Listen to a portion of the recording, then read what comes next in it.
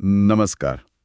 आज हम एक ऐसी मशीन पर थोड़ी गहराई से बात करने वाले हैं, जिसके बिना शायद आज की जो हमारी औद्योगिक दुनिया है, उसकी कल्पना भी मुश्किल है।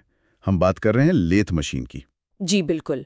और इसे अक्सर जैसा आपने कहा सभी मशीनों की जननी या फिर मदर ऑफ ऑल मशीन्स भी कहा जाता है। ये सिर्फ एक नाम नहीं है, ये असल में इसके काम और इसके असर को दिखाता है।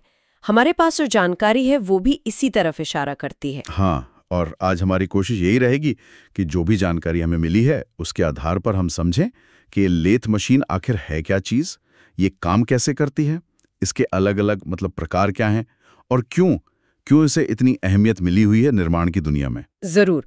तो शुरू करते हैं सबसे बेसिक सवाल से, लेथ मशीन आखिर करती क्या है। देखिए, अगर बिल्कुल आसान शब्दों में कहें तो ये एक ऐसा औजार है जो चीजों को आकार देता है। और ये चीज़ें मतलब कुछ भी हो सकती हैं। जानकारी तो ये कहती है कि धातु, लकड़ी, प्लास्टिक, कई तरह की सामग्रियों पर ये काम कर सकती है ना? और काम सिर्फ काटना नहीं है। नहीं नहीं, बिल्कुल नहीं। काटना, सतह को चिकना करना, मतलब फिनिशिंग देना, छेद करना यानी ड्रिलिंग, चूड़ियां बनाना जिसे थ्रेडिंग कहते हैं, और यहाँ तक कि काफी घुमावदार जटिल आकार देना भी इसके काम में शामिल है। अच्छा। हाँ, तो इसका मुख्य उद्देश्य होता है कि जो कच्चा माल है, रॉ मटेरियल, उसे एक बहुत ही सटीक, पहले से तय किए हुए आकार और फिनिश में बदल देना। अब सोचिए, कोई भी चीज जब बनती है तो ये अक्सर पहला कदम होता है। पहला कदम हाँ, मतलब जहां वो कच्चा माल एक उपयोगी पुर्जे की शक्ल लेना शुरू करता है। ये उस नींव की तरह है जिस पर पूरी इमारत खड़ी होती है। इसके बिना उतने सटीक पुर्जे बनाना लगभग नामुमकिन सा था पहले। ये तो हुई इसकी भूमिका। अब आते हैं इसके काम करने के तरीके पर।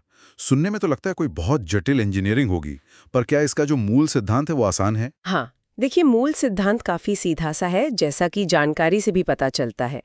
आप ऐसे कल्पना करें कि जिस चीज पर काम करना है, जिसे हम वर्क पीस कहते हैं, वो मशीन के एक घूमने वाले हिस्से पर, जिसे स्पिंडल कहते हैं, मजबूती से पकड़ा हुआ है और वो तेजी से घूम रहा है। घूम रहा है, ठीक है। और दूसरी तरफ? और दूसरी तरफ एक काटने वाला औजार है, कटिंग टूल।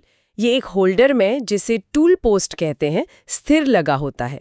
ये टूल फिर धीरे धीरे उस घूमते हुए वर्कपीस की तरफ बढ़ाया जाता है। अच्छा। बिल्कुल। तो जब ये स्थिर कटिंग टूल उस घूमते हुए वर्कपीस के संपर्क में आता है, तो वो वर्कपीस की सतह से धीरे धीरे मटेरियल को हटाता है, उसे काटता है, छिलता है, या कह लीजिए तराशता है। अब टूल को आप वर्कपीस की लंबाई के साथ चलाएं या उसके व्यास के आर पार, उसी से अलग अलग ऑपरेशन होते हैं। समझ गया। यानी घूमने की गति और टूल की जो चाल है, उनका तालमेल ही आकार बनाता है। ये सुनने में जितना सरल लग रहा है, इससे बनने वाले आकार उतने ही अलग अलग हो सकते हैं। जानकारी बताती है कि ये साधारण गोल रॉड या पाइप से लेकर हाँ, उससे लेकर शंक्वाकार, मतलब कोन जैसी शक्लें, गोलाकार सतहें, और जैसा आपने पहले भी जिक्र किया, चूड़ीदार हिस्से जैसे नट और बोल्ट होते हैं, वो बनाने में भी ये सक्षम है। और बात यहीं खत्म नहीं होती। आज की जो लेथ मशीनें हैं, वो तो बहुत ही जटिल, मतलब नॉन सिमेट्रिकल आकार भी बना सकती हैं। पहले ये बहुत मुश्किल था। वाकई, ये जो लचीलापन है, शायद यही इसकी सबसे बड़ी ताकत है।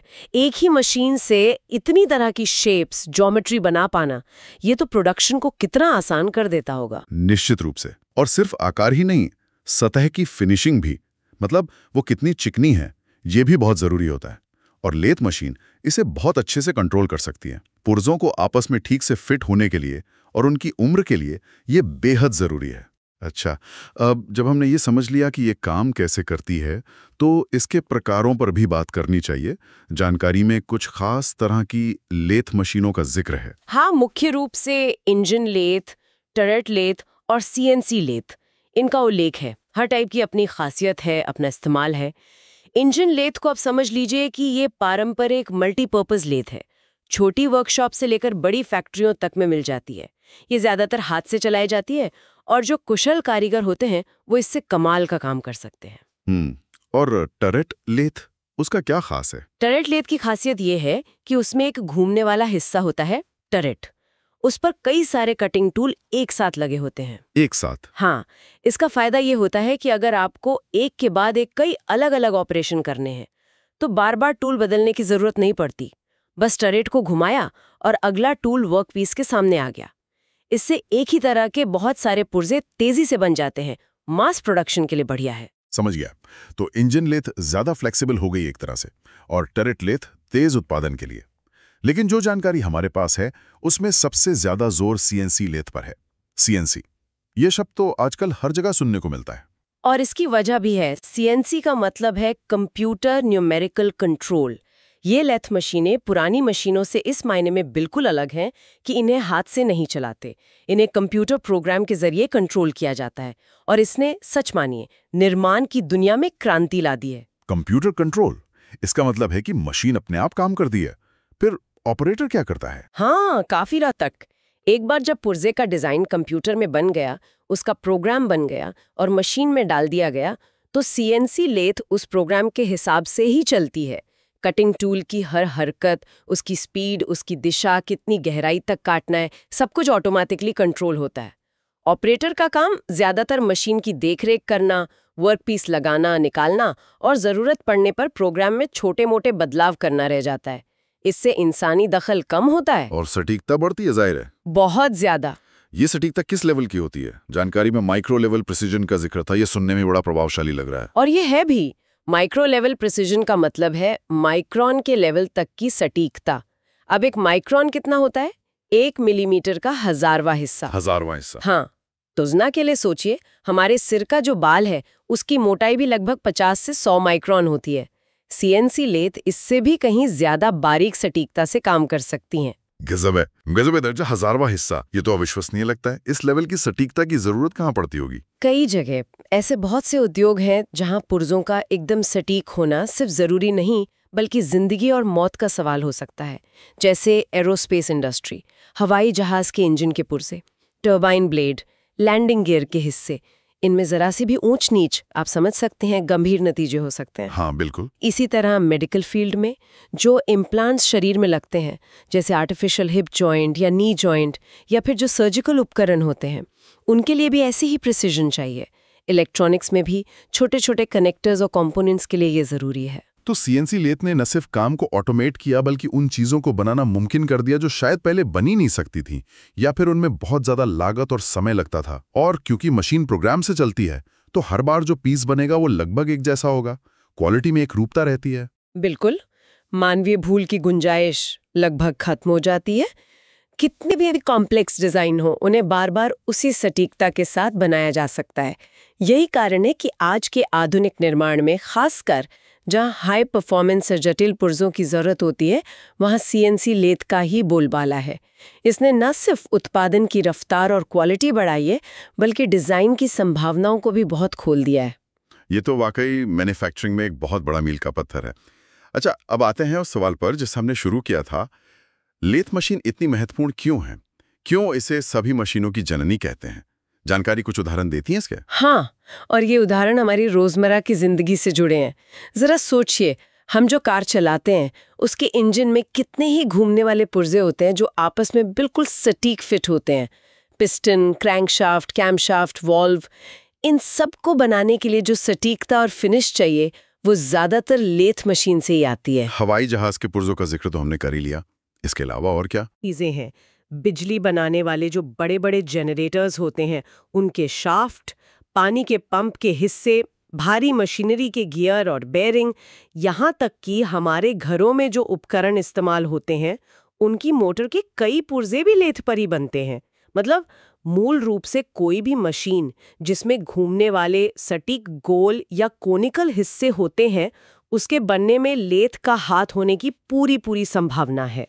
यहाँ एक दिलचस्प बात जो जानकारी से निकल कर आ रही है वो ये है कि लेथ मशीन सिर्फ पुर्जे नहीं बनाती, ये उन मशीनों को बनाने वाले पुर्जे भी बनाती है जो दूसरी मशीनें बनाती हैं। बिल्कुल, यही वो सबसे अहम बात है जो इसे मदर ऑफ ऑल मशीन्स का दर्जा दिलाती है।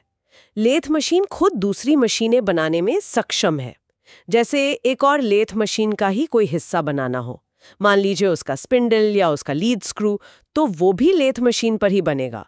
ये एक तरह से, क्या कहते हैं, खुद को दोहराने की क्षमता रखती है, सेल्फ रेप्लिकेटिंग जैसी। और यही चीज इसे पूरे मैन्युफैक्चरिंग इकोसिस्टम का आधार बनाती है। और वो जो सटीकता वाली बात हमने की, उसका एक और पहलू है, इंटरचेंजेबल पार्ट्स, मतलब ऐसे पुर्जे जो अदला बदली किए जा सकें। अगर लेथ मशीन इतनी सटीक ना हो तो एक मशीन का कोई पुर्जा खराब हो जाए तो उसकी जगह ठीक वैसा ही दूसरा सटीक पुर्जा मिलना मुश्किल हो जाएगा। एकदम सही कहा आपने। लेथ और दूसरी सटीक मशीनिंग तकनीकों ने ही बड़े पैमाने पर इंटरचेंजेबल पार्ट्स का उत्पादन संभव बनाया और इसी ने औद्योगिक क्रांति को असल रफ्तार दी और आज के मास प्रोडक्शन की नींव रखी। इससे मरम्मत आसान हुई, लागत कम हुई और चीज़ों की विश्वसनीयता बढ़ी। जानकारी में एक सवाल भी उठाया गया है सोचने के लिए कि क्या लेथ मशीन के बिना इतनी सटीक, टिकाऊ और इंटरचेंजेबल पुर्जों वाली जटिल मशीनें बनाना संभव हो पाता? जवाब शायद नहीं ही है। तो ये सिर्फ एक मशीन नहीं है, बल्कि एक पूरी औद्योगिक सोच की नींव है। इसने न सिर्फ चीज़ों को आकार दिया है, बल्कि हमारे बनाने के, मरम्मत करने के और यहाँ तक कि डिज़ाइन करने के तरीके को भी आकार दिया है। हाँ, ये उन बुनियादी मतलब फाउंडेशनल टेक्नोलॉजीज में से एक है जिसने हमारी आज की दुनिया को गढ़ा है। इसके बिना शायद आज की तकनीक, ट्रांसपोर्ट और यहाँ तक कि हमारा जीवन स्तर भी वैसा नहीं होता जैसा आज है। तो चलिए इस पूरी बातचीत के जो मुख्य बिंदु हैं उन्हें एक बार जल्दी से दोहरा लेते हैं। हमने समझा कि लेथ मशीन एक बुनियादी मशीनिंग टूल है जो घूमते हुए वर्कपीस से मटीरियल हटाकर उसे सटीक आकार और फिनिश देती है। हमने इसके काम करने का सरल लेकिन बहुत प्रभावी सिद्धांत देखा, घूमता वर्कपीस और स्थिर कटिंग टूल, और ये भी जाना कि ये साधारण गोल आकार से लेकर जटिल चूड़ीदार और घुमावदार आकार तक बनाने में सक्षम है। हमने इसके अलग अलग प्रकारों पर बात की, पारंपरिक इंजन लेथ, ज्यादा प्रोडक्शन के लिए टरेट लेथ और सबसे महत्वपूर्ण कंप्यूटर से चलने वाली सीएनसी लेथ, जिसने माइक्रो लेवल सटीकता और ऑटोमेशन के जरिए आधुनिक निर्माण में क्रांति ला दी है। और आखिर में हमने इसके गहरे महत्व को समझा, कैसे ये कारों, हवाई जहाज़ों से लेकर अनगिनत मशीनों के ज़रूरी पुर्जे बनाती है, कैसे ये इंटरचेंजेबल पार्ट्स को संभव बनाती है और कैसे ये दूसरी मशीनों को बनाने में भी मदद करती है, जिसकी वजह से इसे सही मायने में सभी मशीनों की जननी कहा जाता है। और ये सब जानने के बाद एक विचार मन में आता है, जैसा कि जानकारी भी हमें सोचने पर मजबूर करती है कि इस एक मूल मशीन के बिना कितना कुछ थम सा जाता। ये हमें भविष्य की तरफ देखने को भी उकसाता है। हाँ, और यहीं से एक दिलचस्प सवाल उठता है। जिस तरह लेथ मशीन ने पिछली कुछ सदियों की मैन्युफैक्चरिंग की नींव रखी, क्या आज या आने वाले समय में कोई ऐसी नई मूल या आधार तकनीक उभर रही है या उभर सकती है जो आने वाले दशकों की टेक्नोलॉजी और निर्माण का आधार बनेगी? क्या वो एडिटिव मैन्युफैक्चरिंग यानी 3D प्रिंटिंग होगी, जो परत दर परत मटेरियल जोड़कर चीजें बनाती है? ये लेथ के घटाने वाले मतलब सब्ट्रैक्टिव तरीके का ठीक उल्टा है, या शायद नैनो टेक्नोलॉजी पर आधारित कोई बिल्कुल नई विधि? या हो सकता है कि ये कोई अकेली मशीन या तकनीक ना हो, बल्कि आर्टिफिशियल इंटेलिजेंस, रोबोटिक्स और नई तरह की सामग्रियों का एक मिला-जुला रूप हो जो निर्माण के बिल्कुल नए तरीके ईजाद करे।